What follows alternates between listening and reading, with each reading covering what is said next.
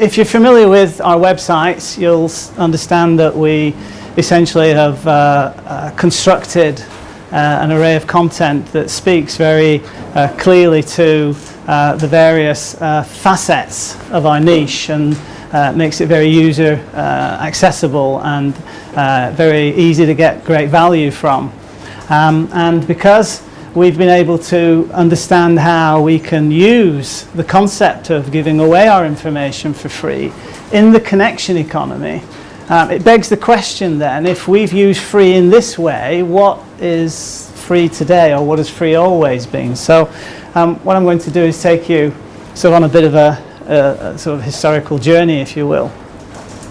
Essentially, industrial economy business logic, which is different from connection economy business logic, this dictates, or rather scarcity creates demand.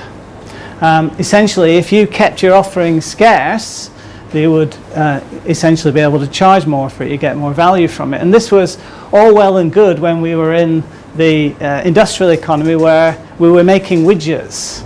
What we were delivering, the value that we were delivering, was created in a physical, tangible form. But we've kind of moved on from that. So when we were in the heart of the industrial revolution, if you will, the industrial economy, giving away stuff for free didn't really make any sense.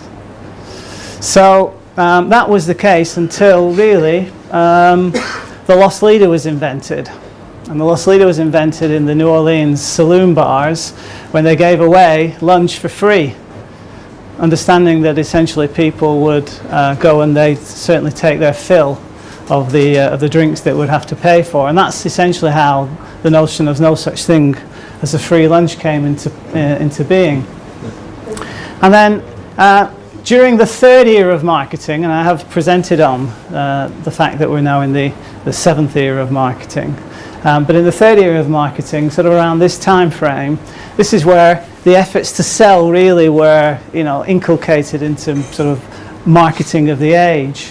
And so essentially free from this period on really starts to come into its own and starts to take on sort of certain qualities. But ultimately, when you think about 20th century free, it was essentially a gimmick, because there was always some underlying cost associated with it. So if you look at these examples, the razor, you would receive the razor for free, but you had to pay for the razor blades. You could get this free Jell-O recipe book, but it was no use to you unless you bought the Jell-O product. Of course, in the context of sort of modern era advertising, we get a free magazine like HK magazine, but of course somebody's paying for it. It's not really free. Similarly, we all know about the mobile phone plans and what that's all about. And as you can see, even with advertising and on TV, and also with the kids comics that I was so familiar with, I remember these kind of gimmicks going on all the time, but essentially always had to part with some sort of value in order to access the free.